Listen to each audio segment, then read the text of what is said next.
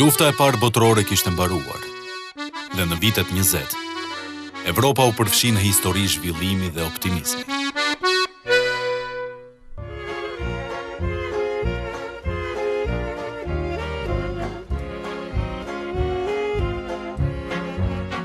Edhe në Amerikë ndryshimet ishin të mëdha.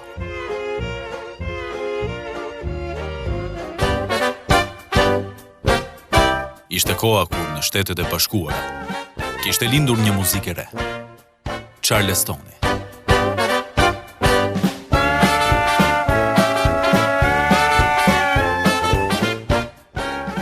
Gratë po udhëtonin lirshëm me makinë dhe tren. E njëra prej tyre, gruaja e parë në botë, po fluturonte e vetme mbi Atlantik.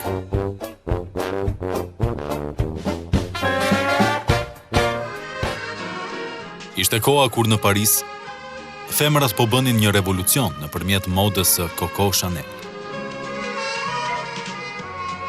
Stilistja e famshme po modelonte një grua të re.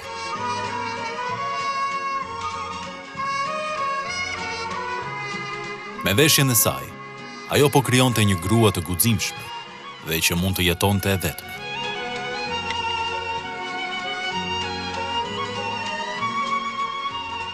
Gratë tani mbanin funde të shkurtër dhe flokët i kishin prerë.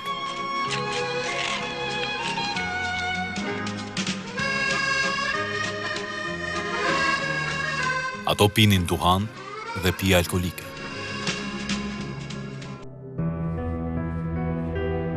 Në Turqi, perandoria osmane kishte rënë dhe perçet ishin hequr nga një pjesë e madhe e grave. Kishte nisur një jetë e re. Evropa po përjetonte liri. Gazetat flisnin për gra që udhëtonin vetëm dhe eksploronin botën.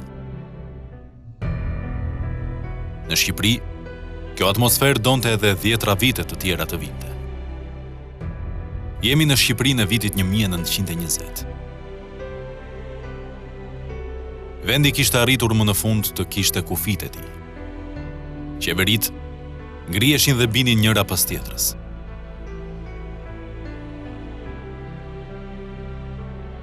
Në vend bizotronte anarkia dhe veriu ishte jashtë kontrollit.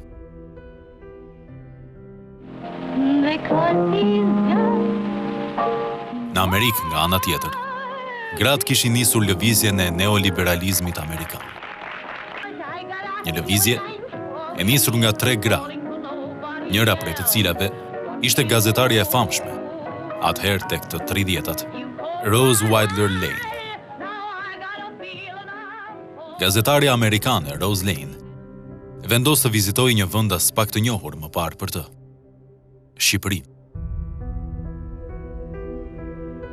Megjithse këtë udhëtim të saj e mbulonte kryqi i kuq amerikan, ajo ishte një gazetare e lirë dhe shkruante për mjaft gazeta të kohës.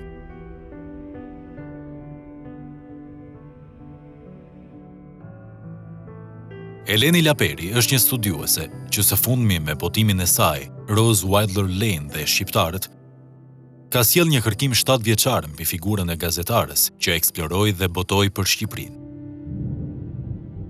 Rose Wilder Lane është një gazetare amerikane, më e paguara e kohës së saj, e cila është një ordësi autore e mjaft artikujve, tregimeve, por dhe librave. Ndër librat më të njohur të saj janë librat biografik për Henry Ford, për Charlie Chaplin, për Jack London dhe për Herbert Hooverin, presidentin amerikan të viteve 40. Natasha Lako, shkrimtare e njohur, mendon se Rose dhe Shqipëria ishin pjesë e momentit kur bota eksplorohej nga femrat. Pas viteve 20 ka filluar që zëri femëror të ndjetë shumë në mendimin botëror. Është ere parë që sidomos gratë amerikane marrin një iniciativë si njerëz si intelektual që të bëjmë pjesëtar të jetës shoqërore. Pra ka kaluar koha e Bajronit, që bënte udhëtimet në Orientin e famshëm dhe e romantizmit, por kemi këto beroneshet të shti, të reja, plot vitalitet, që kërkojnë të zbulojnë një botë dhe për të gjetur pika kontakti, për të zbuluar, për të mos e lënë një mister. E veshur bukur, me një mod të përpunuar nga Amerika në Francë, ajo mbërri në Shqipëri dhe me një mikesh të saj, udhëton drejt Dukagjinit. Që natën e parë pas ecjesh në këmbë në Alpet e Shqipërisë, Rose përplaset me një zakon shekullor.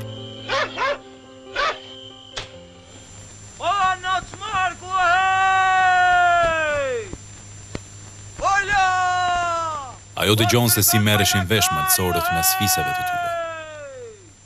Ata klithin duke shtërnguar fort veshët me gishtat e mëdhenj të dorës. Dhe bashkëbisedimi mbyllej me 3 të shtëna pushke.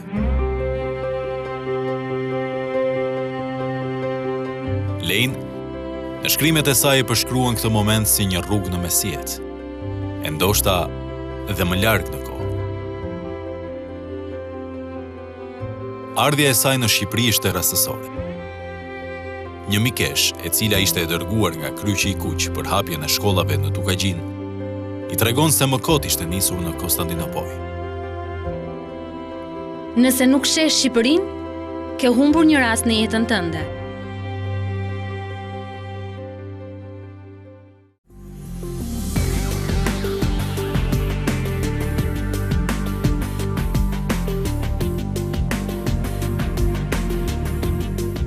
Në Shqipërinë e vitit 1921, gratë ishin periferike.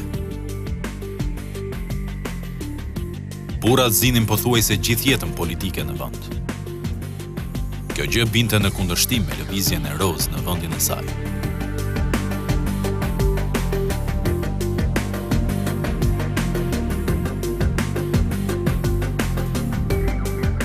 Në Tiranën e pas luftës së parë botërore, mbizotëronin gratë me perçe dhe zëri i tyre nuk dëgjoi.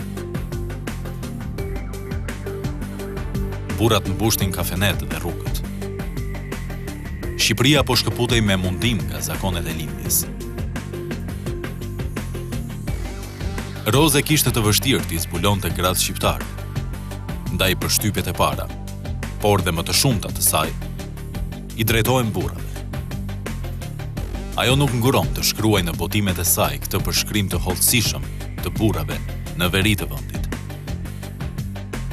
Lane vëri në Malësi dhe si për rastësi fati, qëndron në të njëjtën shtëpi ku kishte qëndruar dhe Edith Duram.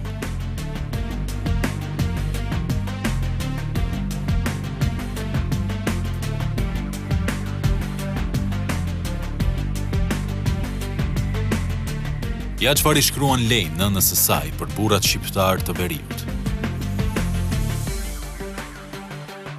Sjellja e tyre është e paparë. Ata janë më ceremonial se turqit apo persianët. Kanë trupa të mahnitshëm, duar dhe këmbë të ndërtuara bukur, thonjë të përkryer në formë bajame, fytyra aq të pashme sa nuk t'i përshkruaj dot.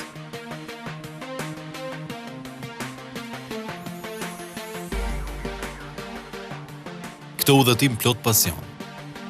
Gazetarja e boton me njëherë në Paris nën titullin Majat e Shalës. Ky libër i solli asaj mjaft të ardhura, pasi u pëlqye nga lexuesit dhe bëri mjaft përshtypje.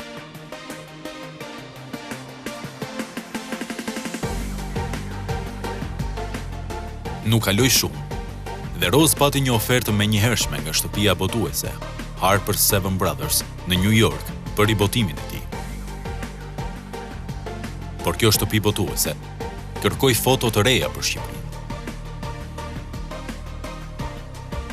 E kështu në vitin 1922, ajo rikthehet në Shqipëri, këtë herë me një fotografe dhe jetoi 6 muaj. Ai libër konsiderohet nga lexuesit si 10 ndër 10 librat më të mirë të udhëtimeve të shekullit të 20.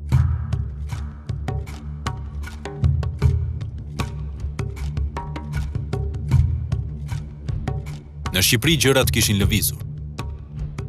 Kishte ardhur një personazh në politikën shqiptare, Fillimisht ministri i brendshëm, Ahmet Zogu.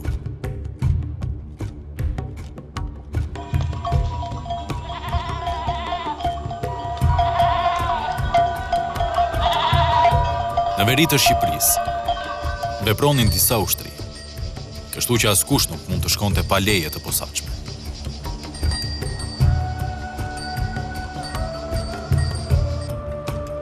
Roz takohet me Zogun dhe që të dy i lën përshtypje njëri tjetrit. Në letrat e saj ajo e përshkruan ministrin shqiptar si një njeri ndoshta i vetmi në Shqipëri që dinte të vishej bukur. Ahmeti, ministër i punëve të brendshme, kalon në rrugë duke ecur ngadalë. I veshur si një evropian me ndjeholl, i ndjekur nga rojet e tij 6 hapa pas. Kur flitet për Rose Wider Lane, përmendet gjithmonë një histori, një propozim që ajo pati nga mbreti Zog për martesë. Në fakt, në kohën që ajo e takoi, Ahmet Zogun ai ishte ministri i punëve të brendshme. Në një letër që i shkruan Tjelmës, ajo përmend një lloj flirti, dhe unë e besoj që Zogu ka pasur një tentativ të tillë me një grua amerikane që të shihte drejt në sy kur fliste, që t'jepte dorën dhe ta shtrengonte fort si një burr. Natyrisht që u bënte përshtypje të gjithë burrave sidomos në Shqipërinë akoma shumë të prapambetur. Por propozimin e vërtet ajo e pati nga Xhamildino, i cili më vonë ka qenë ambasadori i Shqipërisë në Londër. Jeta në Shqipëri po njihte një ndryshim dhe Tirana ishte bërë kryeqytet. Lidhjet me Italinë bënin që çdo tregti ta kishte zanafillën nga përtej Adriatikut. Jeta ekonomike nuk ishte shumë rregulla të qarta. Me sa duket gazetari e 90 viteve më parë e kishte kuptuar mekanizmin e jetës shqiptare. Ja si e shpjegon Leng këtë moment të jetës së saj në Tiranë. Të jetosh këtu është këndshëm dhe kushton pak. Mund të rish rehat pa bërë asgjë. Por nuk bëhet fjalë të kursesh nga blerjet. Jeta është e lirë, por ne shpenzojmë një mal me të holla.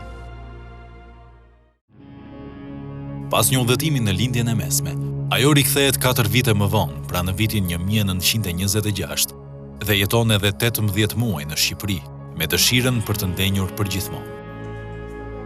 Individualiteti shqiptar për studiuesin e ekonomisë, Besart Kadia, ka qenë një pikë e fortë takimi me Roz.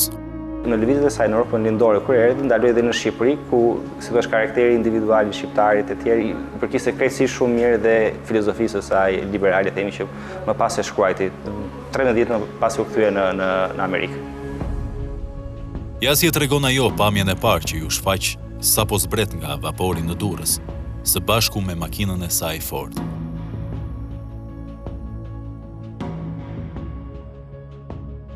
Këtu koha nuk ekziston. Këtu ka vetëm përjetësi. Dhe në përjetësi askush nuk nxiton. Askush nuk e prish qejfin.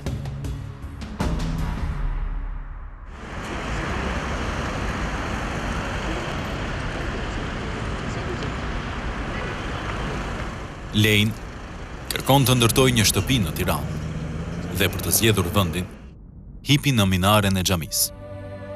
I vetmi vend i lartë nga ku mund të merrte vesh se çfarë qyteti ishte ky dhe ku duhet ta vendoste shtëpinë e saj.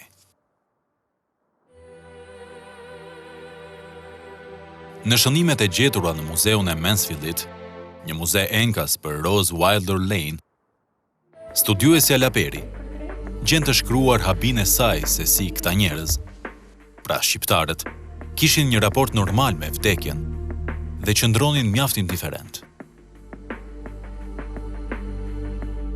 Ajo përshkruan një skenë të varjes në pazarin e Tiranës. I varur i vdes pak a shumë pas gjysmore nga ekzekutimi. Në kraharori kanë vendosur një letër ku është shkruar faj për të cilin është dënuar. Tellalli vërtet fjalët që ati kanë shkruar për fajin e bërë, pasi shumica nuk di të lexojë. Ndonjëherë, ndërkohë që i rrëmben pazari, shtyn kufomën dhe këmbët e të varurit shprishin copat e mëndafshit, të cilat duhen rregulluar përsëri. Me që klima këtu është si në Kaliforni, vendi në hien që lëshon kufoma është më i freskët se vendi në diell, prandaj gratë bëjnë ç'është e mundur të ulen atje. Ka dhe një skenë ku përshkruan vdekjen e një fëmije nga pakujdesia e një mjeku dhe thot, ndërkohë që ne ishim jashtëzakonisht të zëmëruara me atë njeri që çoi në vdekje foshnjën, familja ishte fare e qetë. Ato varosën fëmijën, thot, hëngrën, ulën të hanin drekë dhe filluan bisedat fare lirshëm. Po kjo tregon që shqiptarët kanë parë aq shumë në këtë jetë, në këtë botë, sa duket sikur janë sfidantë të mëdhenj. Ishte viti 1926 dhe Shqipëria po ndryshonte. Ahmet Zoku ishte kryeministër dhe Tirana ishte futur një ndërtimi në të gjitha anët. Me rikthimin e saj, Rose Lane shkroi përshtypjen e parë. Në asnjë prej qyteteve të Shqipërisë nuk do të gjeni ndonjë vështirësi me gjuhët. Kudo ka njerëz të cilët në kohën e varësisë prej Turqisë kishin ikur nga Shqipëria dhe tani janë kthyer nga të gjitha anët e botës për të dhënë ndihmësën e tyre e për ta bërë Shqipërinë republikë. Anglishtja, frëngjishtja, gjermanishtja, italishtja fliten në zyrat e qeverisë dhe nëpër kafene.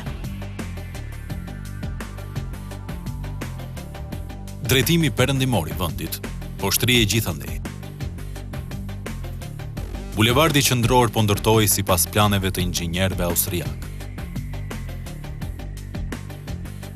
Rose, së bashku me miken e saj, ishin 2 gra, të cilat e shihnin me vëmendje këtë proces. Por në shkrimet e saj që këtë herë i përkasin vitit 1927, ajo shkrua: Më befasuese nga të gjitha për një qytet muhamedan është vrasja e të gjithë qenëve të sëmurë të rrugëve.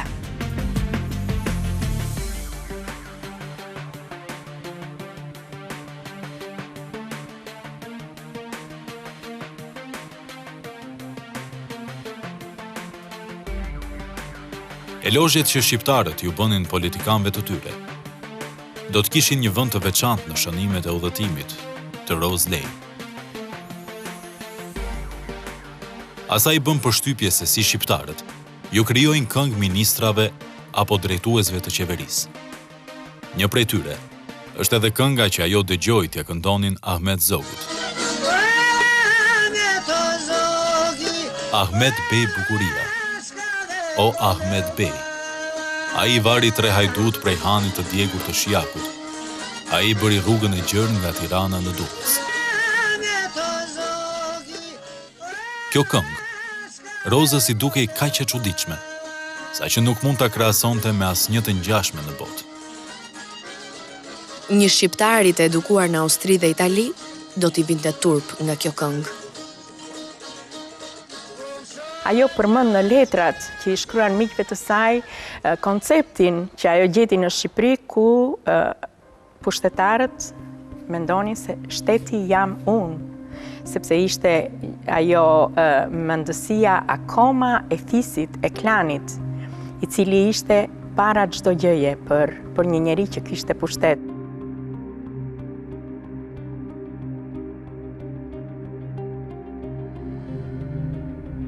Një ndër shkrimet e saj më të njohura është ai për revistën Traveler. Kjo revistë ishte më e famshmja për sa i përket turizmit dhe udhëtimeve që kishin përfshirë botën. Artikulli u botua me titullin "Çfarë mendojnë shqiptarët për Amerikën?". Pasi i shpjegon lexuesit amerikan pse në shpërndarjes gjeografike të shqiptarëve, ajo tregon se si i sheh shqiptarët, çfarë mendojnë ata për Amerikën e viteve 20 të shekullit të 20. Ajo thot se ata janë kurioz si amerikanët, por janë dhe ballkanës.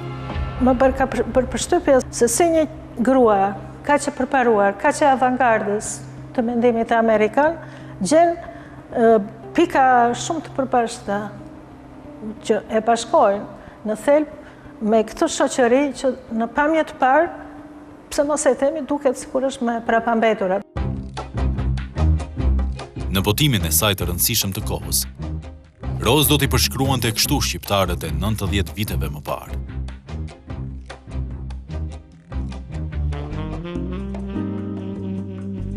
Përtatësia është kredoja e një pjese. Shqiptarët e pëlqejnë kafen e shoqëruar me biseda për politikën, të cilet zgjasin me orë.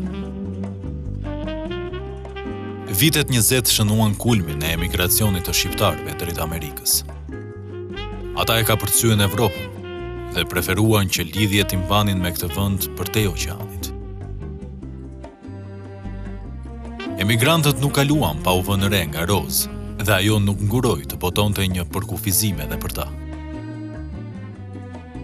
Po në këtë artikull, The World Traveler, i zbuluar së fundmi nga studiuesja Eleni Laperi, Rose shkruan dhe motivin se përse shqiptarët, sipas saj, nuk kanë një komunitet të fuqishëm në emigracion, ashtu si grekët apo italianët.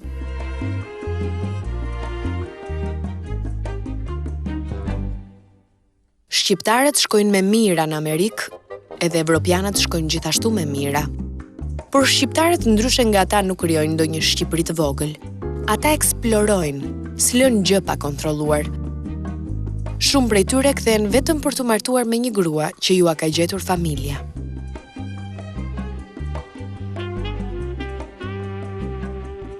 Gjatë kohës që qëndroi në Shqipëri, ajo shkoi në mjaft zyra shtetërore për të marrë të dhëna nga qeveria e asaj kohe.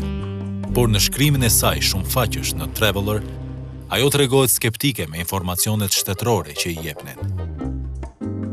Kjo gjë shpesh e nervozonte dhe bënte që në artikull të ishte e pasigurt. Shqiptarët thonë se më parë popullsia e tyre kishte qenë 1,5 milion. Unë nuk e di nëse kjo është e vërtet, sepse shifrat jepen me aq lehtësi nga autoritetet e secilit shtet ballkanik, sa nuk kanë më shumë vlerë se mendimet e banorëve.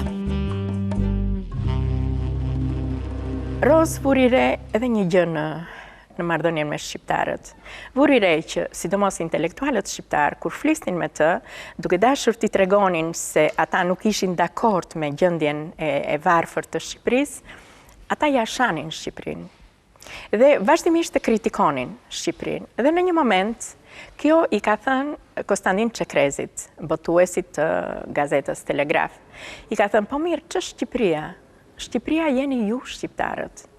Dhe në rast se nuk punoni ju shqiptarët për Shqipërinë, si do zhvillohet Shqipëria? Prandaj i ka thënë, ose rini në Shqipëri dhe përpiquni ta zhvilloni dhe të përparoj Shqipëria, ose ikni nga Shqipëria dhe mos flisni më për të. Rose nuk ishte thjesht një gazetare për Shqipërinë. Koha kishte ecur për të dhe shqiptarët e kishin tërhequr shumë me natyrën e tyre. Ajo kishte birësuar një fëmijë, Rexh Metën, një emigrant kosovar, dhe tashmë kërkon të jetojë në Tiranë. Një gazetare e hollë nuk mund të mos vinte re se makina Ford me të cilën ajo erdhi u prit me indiferencë në Shqipëri, popullsia e së cilës ishte edhe primitive, por edhe moderne.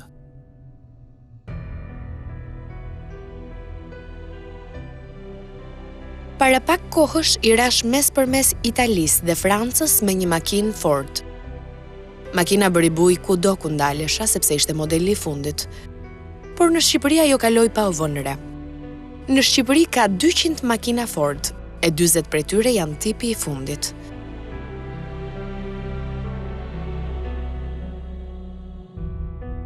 Ja si e shpjegon Natasha Lako, këtë indiferencë shqiptare shfaqur në shënimet e Rose. Ndoshta janë sfidantë, sepse mbrojnë jetën e tyre, edhe ata që kanë ata, janë shumë krenar për të mbrojtur atë lugën e tyre prej druri. Rose Wilder Lane realizoi dhe një udhëtim në jug të vendit, në gjithë Bregdetin, por ajo nuk ndalet gjatë aty.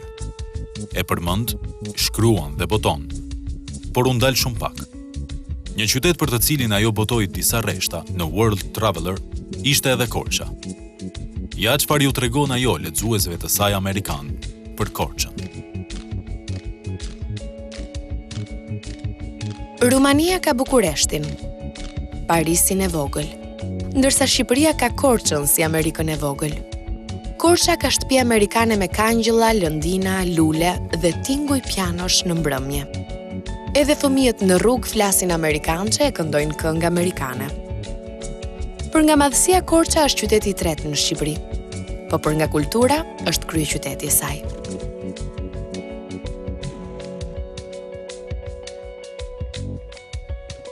Rose është ndoshta gazetarja më e veçantë dhe vëzhguesja më interesante që ka përshkruar Shqipërinë 90 viteve më parë. Jo vetëm sepse u dashurua me të, por sepse si një liberale amerikane, ajo u përqendrua tek natyra njerëzore. Ja çfarë thot studiuesi Besart Kadia për Rose dhe lëvizjen e saj. Rose bashkë me Ayn Rand ishin dy prej grave të fortë amerikane, të cilat publikohen një libër ku vendosin në qendër individin, pa rrymën liberale themi në kundërshtrimin letrar, pra përdori letërsinë për të dhënë një ide krejtësisht filozofike liberale, ku gjithkohës përshkruante luftën për ekzistencë ose si autoritetet, sa e që marrin më shumë pushtet, praktikisht e ngadalsojnë ose e pengojnë individin për të shprehur lirshëm dhe për të patur gjithë fuqinë e tij për të realizuar në jetë dhe për të dhënë diçka shoqërisë. Historia e Rose me Shqipërinë nuk mbaroi kurrë deri në fund të jetës. Djali i adoptuar, Rexha, shkollohet në Londër me ndihmën e saj, por më pas kthehet në Shqipëri dhe përfundon në burgjet komuniste. Letrat e Rose, personaliteteve shqiptare dhe të huaja për shpëtimin e tij, ishin të pasuksesshme. Gratë udhëtare të asaj periudhe bëheshin pjesë e komunitetit, bëheshin pjesë e shoqërisë ku shkonin. Dhe prandaj edhe shënimet e tyre janë mjaft më të ngrohta dhe janë mjaft më tërheqëse. Rose botoi për Shqipërinë 90 vite më parë. Ja tregoi botës vendin ton, ashtu siç ajo e pa. Shkoi dhe mëtej tregoi karakterin e tyre, duke e ofruar qytetarëve amerikan, por dhe atyre evropian, si një Shqipëri të panjohur, por dhe si një vend për t'u dashur.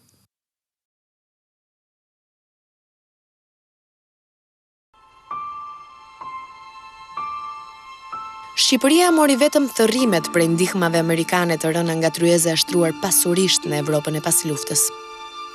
Kjo ndodhi pjesërisht nga vështirësitë e transportit dhe pjesërisht se zëri i saj nuk u dëgjua në britmën e Evropës për ndihmë.